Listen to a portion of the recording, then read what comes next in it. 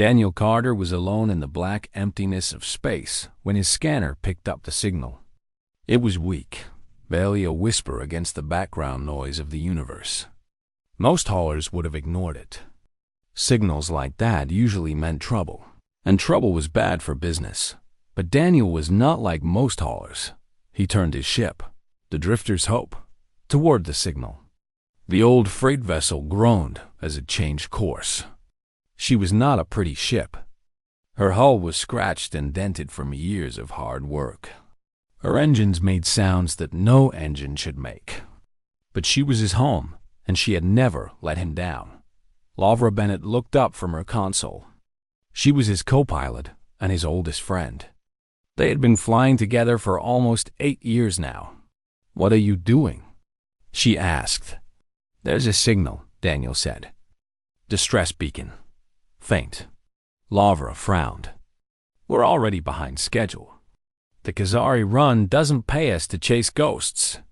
"Won't take long," Daniel said. "Just want to see what it is." Lavra shook her head, but said nothing more. She knew him too well to argue. Daniel Carter had a weakness. He could not ignore someone in trouble. It had cost them money before. It had almost cost them their lives once or twice. But he never changed. The source of the signal was an escape pod. It was small and damaged, drifting slowly through the asteroid field like a leaf floating on dark water. Scorch marks covered its surface. Something had attacked the ship this pod came from. Something had tried very hard to destroy it. Daniel brought the drifters, Hope alongside the pod and locked on with the cargo arm. The pod was light, too light. He pulled it into the cargo bay and sealed the doors. The air hissed as pressure equalized. "I'm going down," Daniel said. "I'm coming with you," Lavra replied. She grabbed a pistol from the rack. "Just in case." The cargo bay was cold and smelled like old metal. The escape pod sat in the middle of the floor, silent and still. Daniel approached it carefully. The viewing window was cracked but not broken.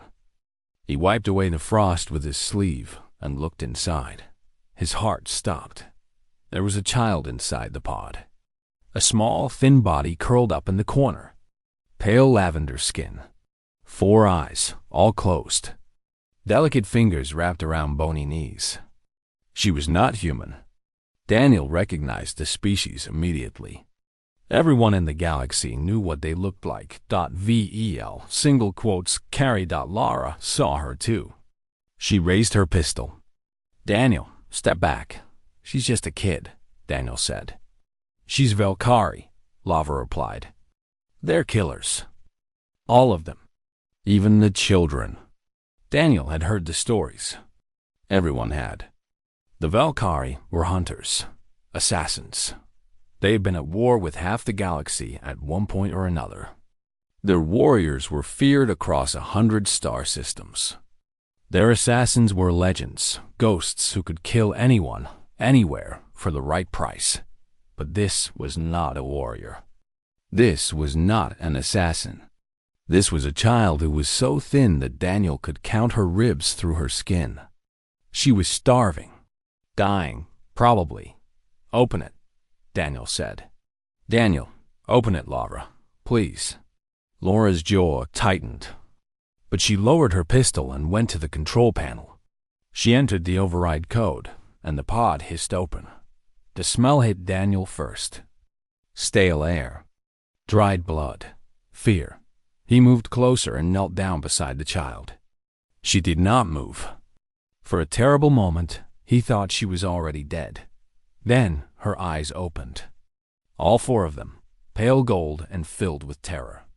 She scrambled backward, pressing herself against the wall of the pod, making a sound that was halfway between a whimper and a growl. "Easy," Daniel said softly. He held up his empty hands. "Easy, I'm not going to hurt you." She stared at him. Her chest rose and fell rapidly.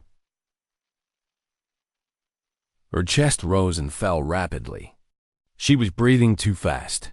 Panicking. Daniel did not move. He just stayed there, kneeling, hands open, waiting.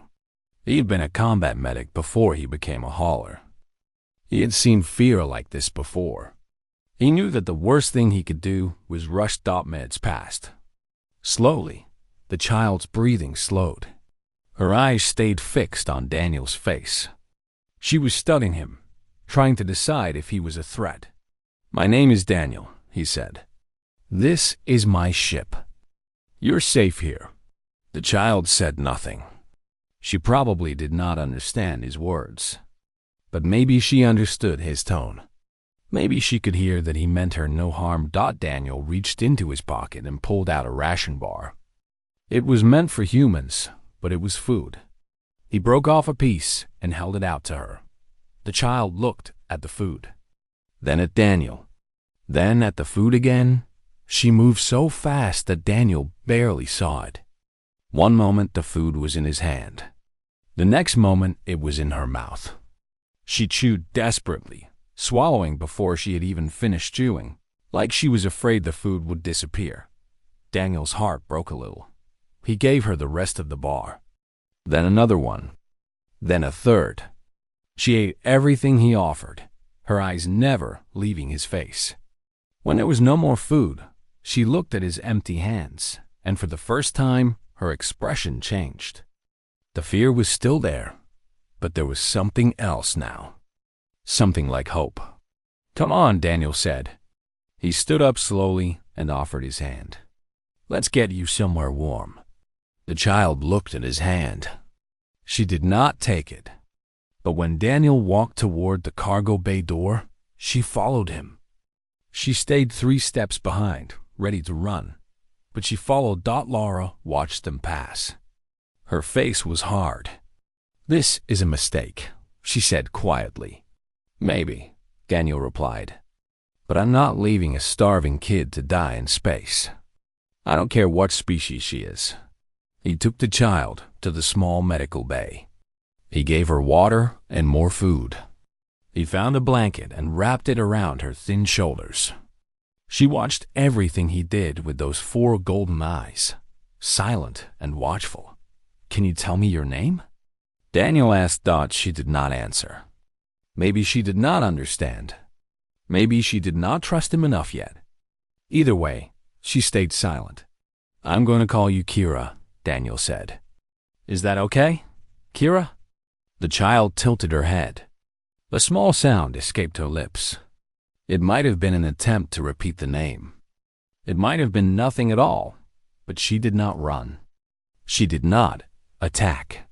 She just sat there, wrapped in a human blanket, eating human food, watching Daniel with eyes that had seen too much pain for someone so young.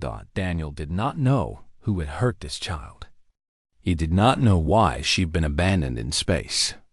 He did not know what trouble he was bringing onto his ship, but he knew one thing for certain. He was not going to let anyone hurt her again. 3 weeks passed, and Kira began to change. The first few days had been difficult. She would not sleep unless Daniel was in the room. She would not eat unless he gave her the food with his own hands. Every loud noise made her jump.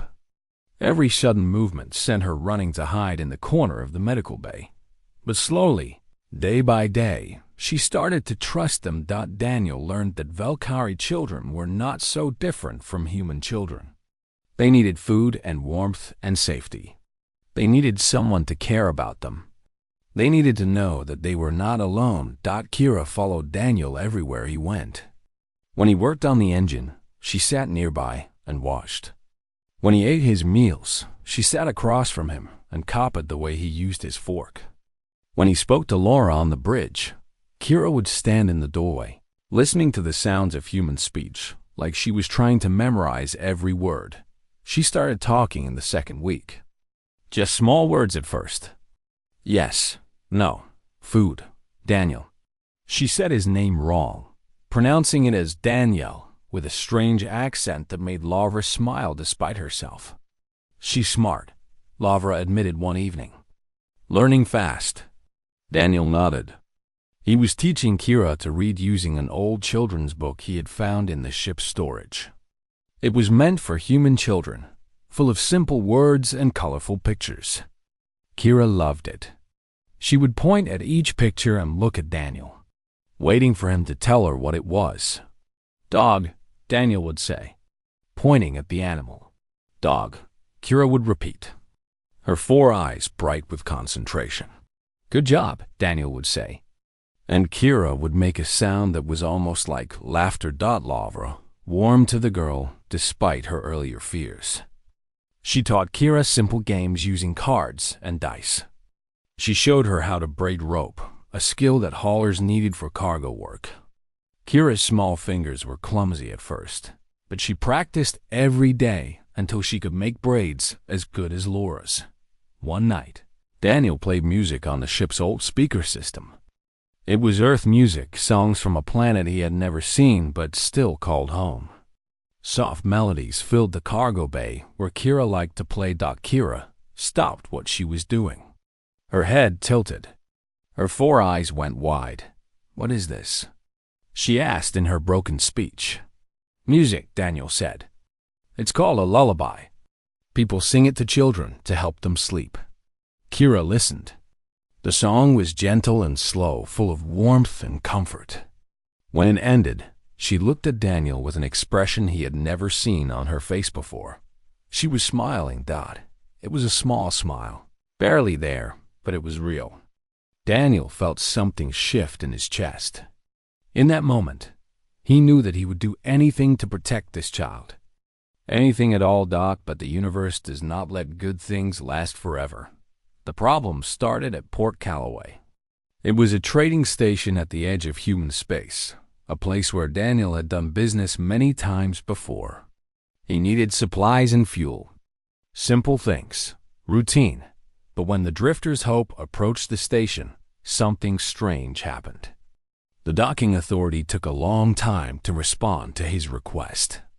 When they finally answered, they gave him a docking bay on the far side of the station, away from all the other ships. Daniel thought it was odd, but did not worry too much. He left Lara with Kira on the ship and went alone to meet his usual contact, an information broker named Carl Gibson. Carl was a thin man with nervous eyes who knew everything that happened in this part of space. He had always been happy to do business with Daniel before. This time was different. When Daniel walked into Carl's shop, the broker's face went pale. He looked past Daniel, checking the street behind him, then grabbed Daniel's arm and pulled him inside. "What are you doing here?" Carl hissed. "Are you trying to get killed? What are you talking about?" Daniel asked. Carl stared at him like he had lost his mind. "You don't know? You really don't know?" He pulled Daniel to a screen on his wall and pressed a few buttons. An image appeared. It was a bounty notice, the kind that criminals posted when they wanted someone found. But this was not like any bounty Daniel had ever seen. The target was a young Valkyrie female, small, lavender skin, 4 gold eyes. The description matched Kira exactly. The reward was 50 million credits. Daniel felt the blood drain from his face. 50 million was an impossible number. It was enough to buy a fleet of ships. It was enough to buy a small planet. Someone wanted this child very badly. Who posted this? Daniel asked. His voice was steady, but his hands were shaking. "Nobody knows," Carl said. "It appeared on every network 2 weeks ago. The money is real, verified. Whoever finds the girl gets paid, no questions asked." Daniel stared at the screen. 2 weeks ago. That was right after he had found Kira. "There's more," Carl said. His voice dropped to a whisper. "The notice says anyone harboring the target is fair game too. Kill orders on everyone. No witnesses. You understand what I'm saying? Anyone who helps that girl dies." Daniel understood. The coldness in his stomach spread through his whole body. "You need to leave," Carl said. "Right now. I'm not turning you in, Daniel. We've known each other too long. But I can't help you either. If anyone finds out you came here, I understand," Daniel said. He walked back to his ship. The station felt different now. Hostile. He could feel eyes on him from every shadow. Every person he passed might be a hunter looking for the bounty. Every ship in the docking bay might be carrying someone who would kill him for 50 million credits. He reached the Drifter's Hope and sealed the airlock behind him. Lavra was waiting on the bridge with Kira beside her. The girl had been drawing pictures on a datapad, simple images of ships and stars. "We need to leave," Daniel said. Lara saw his face. "What happened?" Daniel told her about the bounty. Laura's expression hardened. She looked at Kira, who did not understand what the adults were saying, but could sense the fear in their voices. 50 million, Lavra said quietly. "That's not criminal money. That's government money. Corporate money. Someone powerful wants her." "I know," Daniel said. "We should turn her in." Daniel looked at his co-pilot. Lavra met his gaze without flinching. "I'm not saying I want to," Laura continued. "I'm saying we should think about it. This isn't some small trouble, Daniel. This is the kind of trouble that gets people erased. We have no weapons, no protection, no allies. We're just two haulers with an old ship." Daniel looked at Kira. She had stopped drawing. She was watching him with those 4 golden eyes, silent and patient. She did not understand the words, but she understood enough. She knew they were talking about her. He remembered finding her in that pod. He remembered how thin she was. He remembered the fear in her eyes and the way she had eaten like she was starving. He remembered her smile when she heard human music for the first time. "I won't do it," Daniel said. "I don't care who wants her or why. She's just a child. I won't hand her over to be killed." Lavra was silent for a long moment. Then she sighed and turned back to her console. "Then we run," she said, "and we hope that whoever is hunting her never finds us." Daniel nodded. He walked to Kira and knelt down beside her. "It's okay," he said softly. "I'm going to keep you safe. I promise." Kira looked at him. Then she reached out and took his hand in her small fingers. "Danielle," she said. It was the only word she needed to say. The attack came without warning. Daniel was sleeping in his cabin when the ship shook. Alarms screamed through the corridors. Red lights flashed on every wall. He was on his feet and running before he was fully awake. Laura was already on the bridge. Her fingers moved across the controls, trying to bring up defensive systems that barely existed. On the main screen, Daniel could see it. A ship, black and sleek, shaped like a blade cutting through the darkness. It was not large, but it moved with a speed and grace that no human ship could match. "They found us," Lavra said. Her voice was calm, but Daniel could see the fear in her eyes. The Drifter's Hope shuddered again. Sparks flew from a console on the far side of the bridge. The lights flickered. "They're not trying to destroy us," Daniel realized. "They're disabling us." Laura nodded grimly.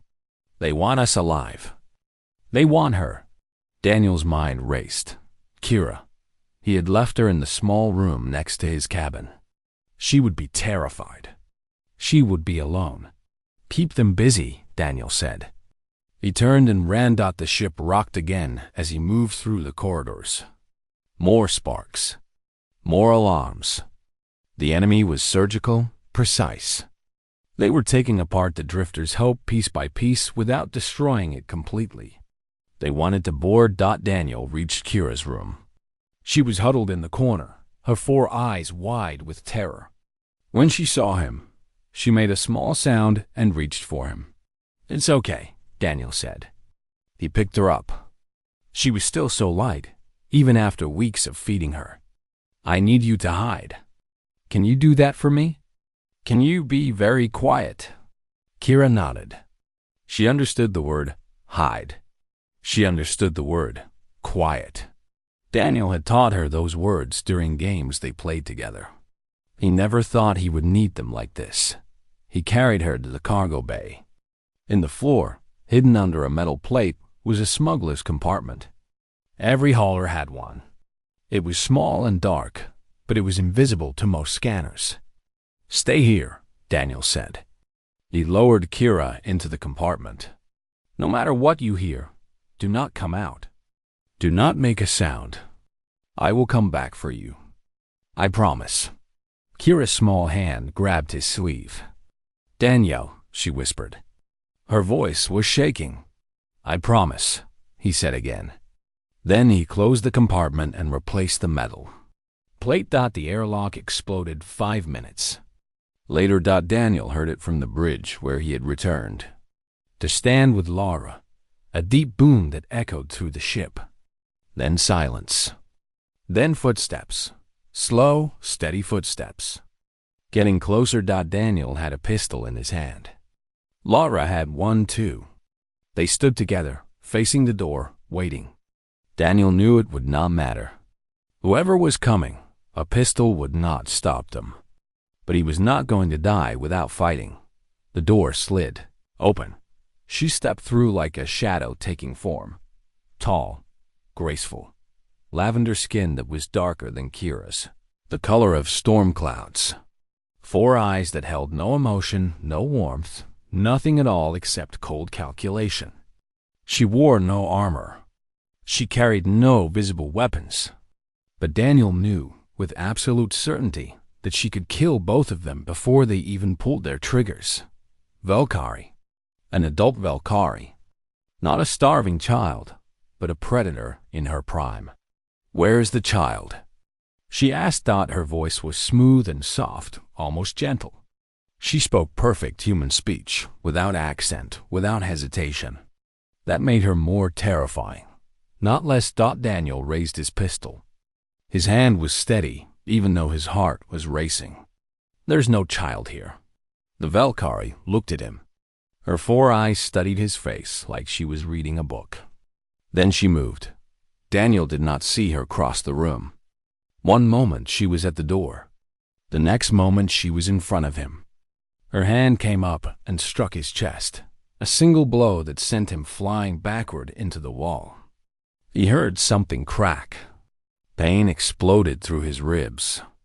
His pistol clattered to the floor. Laura raised her weapon, but the Valkyrie was already there. She twisted the pistol out of Laura's hand and pushed her down into a chair with casual strength. Laura stayed down, gasping for breath. The Valkyrie turned back to Daniel. He was on the floor, trying to breathe through the pain. 3 ribs broken, maybe 4. Every breath felt like fire. She knelt down beside him. Her face was expressionless. Up close, Daniel could see faint scars on her skin, thin white lines that crossed her arms and neck. Battle scars. This was a warrior who had fought and killed many times. "Where is the child?" she asked again. Daniel looked at her through the pain. He could lie again. He could refuse again. She would hurt him more. She might kill him. But Kira was hidden. Kira was safe. "I don't know what you're talking about," he said. The Valkyrie tilted her head. Something shifted in her expression. Not anger. Not frustration. Something else. Something Daniel could not identify. "You are protecting her," she said. It was not a question. "You found a Valkyrie child, alone and starving, and instead of turning her in for the bounty, you hid her. You are risking your life for her right now." Daniel did not answer. He just stared back at her, waiting for the next blow. But the blow did not come. Instead, the Valkyrie stood up and walked to the center of the bridge. She stood there for a long moment, her back to Daniel, looking at nothing. "My name is Zethra," she said finally. "I am what your people call an assassin. I have killed more targets than I can remember. Politicians, generals, crime lords. Anyone who has enough enemies and enough money to pay my price." She turned to face Daniel again. Her 4 eyes were still cold, but there was something else there now. Something that looked almost like pain. "The child you are protecting," Zethra said. "Her name is not Kira. Her name is Velshi, and she is my daughter." Daniel felt the words hit him like a physical blow. He stared at the assassin, trying to process what she had said. "Your daughter," he repeated. "You're her mother?" "Yes." "Then why is there a bounty on her? Why is someone trying to kill a child?" Zethra was silent for a moment. When she spoke again, her voice was quieter. "Because of me," she said. "Because I am the best at what I do. Because my enemies cannot touch me, so they hunt the only thing I care about instead." She moved toward Daniel and knelt down beside him again. This time, her hands were gentle. She helped him sit up, and the motion sent fresh waves of pain through his broken ribs. "I am going to tell you the truth," Zithra said. "And then you are going to decide whether to trust me. I will not force you. I will not hurt you again. But I need you to listen." Daniel looked at Laura. She was watching from the chair, her face pale, her eyes wide. She gave a tiny nod. "I'm listening," Daniel said. And Zethra began to tell her story. Zethra spoke, then Daniel listened. In Valkyrie society, assassins were sacred. They were trained from birth, shaped into perfect weapons, taught to feel nothing and want nothing except the completion of their missions. They served the great families and the syndicate lords. They were tools, not people, and tools were not allowed to have attachments. When Zethra discovered she was carrying a child, she knew she had two choices. She could kill the child herself, ending the pregnancy before anyone found out. Or she could report it to her masters and watch them do it for her. There was no third option. Assassins did not have families. Assassins did not have children. It was forbidden, but Zethra could not do it. She did not understand why. She had killed so many people in her life. She had ended lives without hesitation or remorse. But this was different. This was a life growing inside her. A life that was part of her. She hid the pregnancy. For months, she took missions far from home, wore loose clothing, avoided the eyes of her masters. When the child was born, she did it alone, in a small room on a distant colony, without help from anyone. The baby was small and quiet. She had pale lavender skin and 4 golden eyes that looked up at Zethra with perfect trust. In that moment, something changed in the assassin's heart. Something she had thought was dead came back to life. She named the child Velshi, which meant hidden star in the old Valkyrie language. And she made a decision that would change everything. She could not raise Velshi herself. Her life was too dangerous, too full of death and violence. But she could not kill her either. So she found a solution. On a quiet moon at the edge of known space, there lived an old Valkyrie woman named Tira. She had been a servant once, before age and illness forced her to retire. She lived alone and wanted nothing from the world except peace. Zethra went to her with Velshi in her arms. She did not beg. She did not threaten. She simply asked for help. "I will pay you," Zethra said. "Every month, I will send money. Enough to live comfortably. Enough to give her a good life. All I ask is that you keep her safe. Keep her hidden. Never let anyone know who she is." Tara looked at the baby. Then she looked at Zethra. "You love this child," the old woman said. Zethra did not answer. She did not know the word for what she felt. Love was not something assassins were taught. "I will take her," Tara said. "But you must stay away. If your masters discover the truth, they will kill us all." Zethra agreed. She left Velshi with Tara and returned to her life of blood and death. For 5 years, she kept her promise. She sent money every month. She never visited. She never called. She stayed away, just as she had promised, but she never stopped thinking about her daughter. Then, 3 months ago, everything fell apart. The Kefir Syndicate was one of the most powerful criminal organizations in the galaxy. They dealt in weapons, drugs, slaves, and information. Their leaders had many enemies, and they needed assassins to protect their interests. Zethra had done work for them before. She had killed for them many times. But she had also killed some of their allies, targets from rival factions who had paid for her services. The Syndicate did not like this. They wanted Zethra to work only for them. When she refused, they decided to force her. They had spies everywhere. They had informants in every system. Somehow, they discovered the truth about Velshi. They learned that the galaxy's most feared assassin had a weakness. A child hidden away on a distant moon. They came for Velshi in the night. 20 armed soldiers against an old woman and a small child. Terra died trying to protect her. But in her final moments, she managed to get Velshi to an escape pod and launch it into space. The pod drifted for days before Daniel found it. Zethra arrived at the moon too late. She found Terra's body. She found the empty room where her daughter had slept.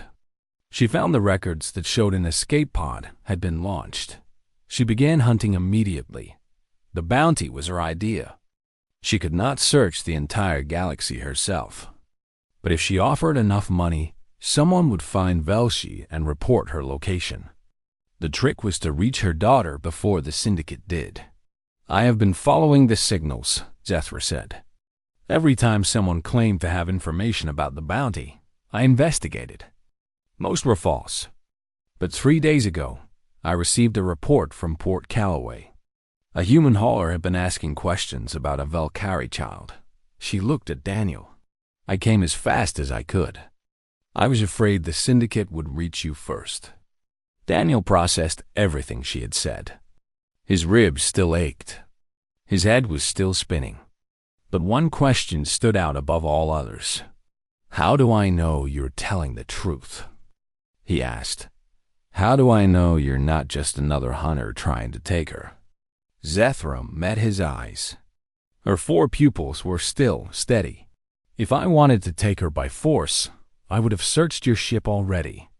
I would have found her hiding place and taken her before you woke up. I am very good at what I do, human. Do you understand? If I wanted you dead, you would be dead. If I wanted the child, I would have her." Daniel thought about this. She was right. He had seen how fast she moved, how easily she had disabled him. She could have done anything she wanted. But she had stopped. She had talked to him instead. "You're asking me to trust you," Daniel said. "I am asking you to let me see my daughter," Zethra replied. "I am asking you to let me protect her. The Syndicate is coming. They have ships. They have soldiers. They will not stop until they have Velshi, and they will kill everyone who stands in their way." Lavra spoke for the first time since Zethra had pushed her into the chair. "What happens after? If we give her to you, what happens next?" Zethra turned to look at her. "I take her somewhere safe. Somewhere the Syndicate cannot reach. I have resources. I have contacts. I can disappear if I need to. And us?" Lavra asked. "We've seen your face. We know about the child. What stops you from killing us to keep your secret?" The assassin was quiet for a long moment. "Nothing stops me," she admitted, "except that you saved my daughter's life. You fed her when she was starving. You protected her when you could have sold her for 50 million credits.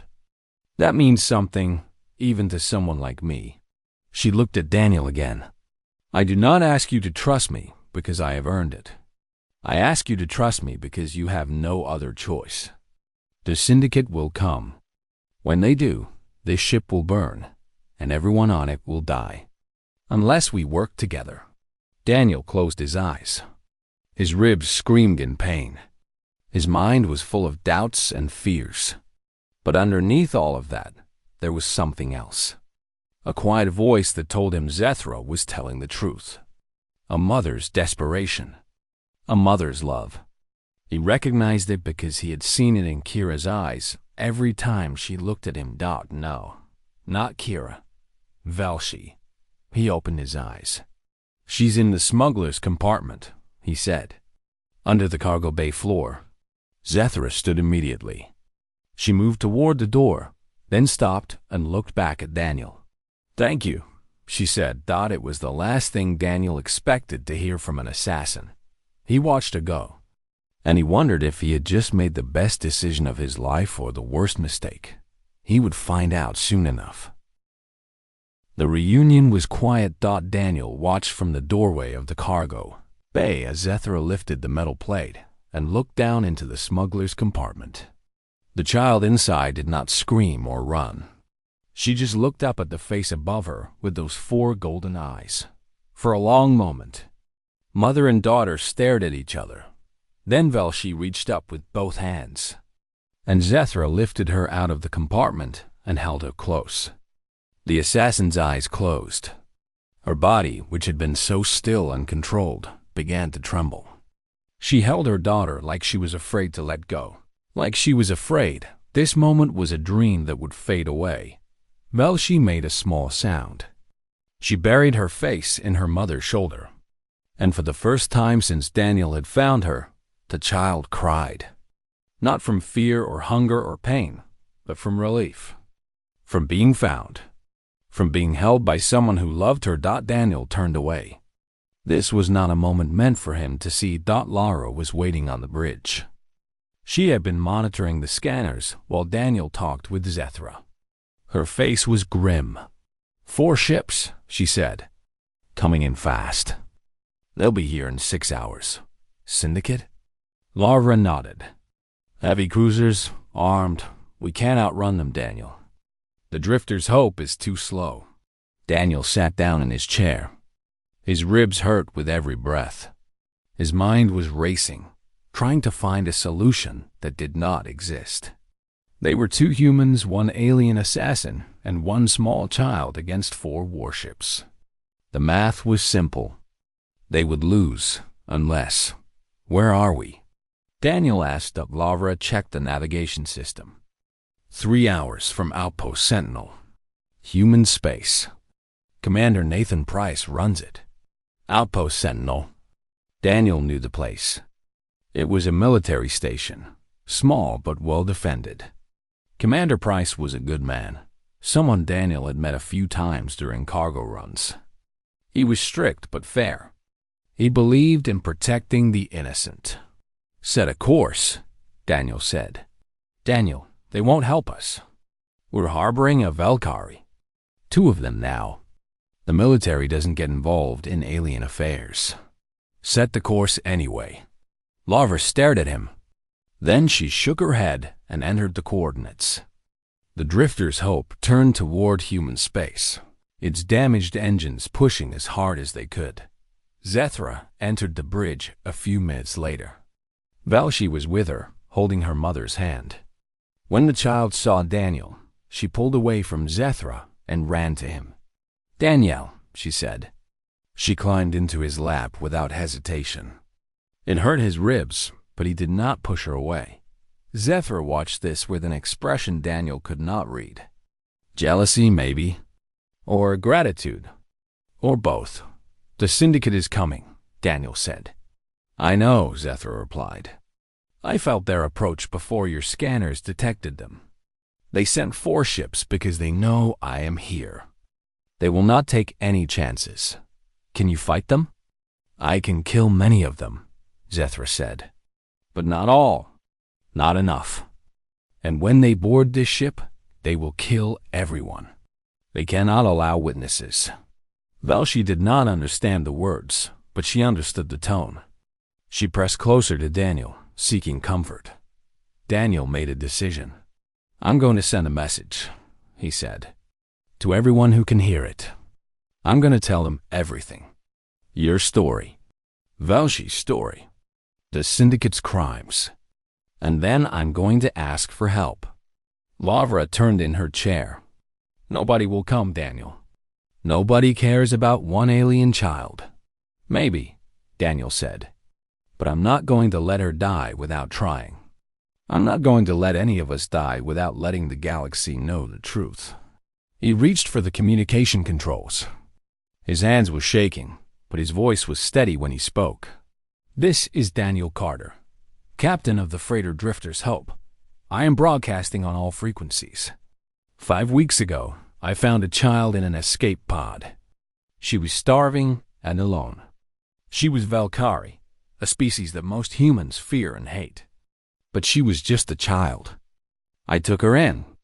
I fed her. I kept her safe.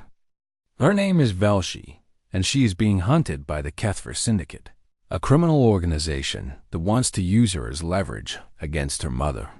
4 warships are coming to kill her and everyone on this ship.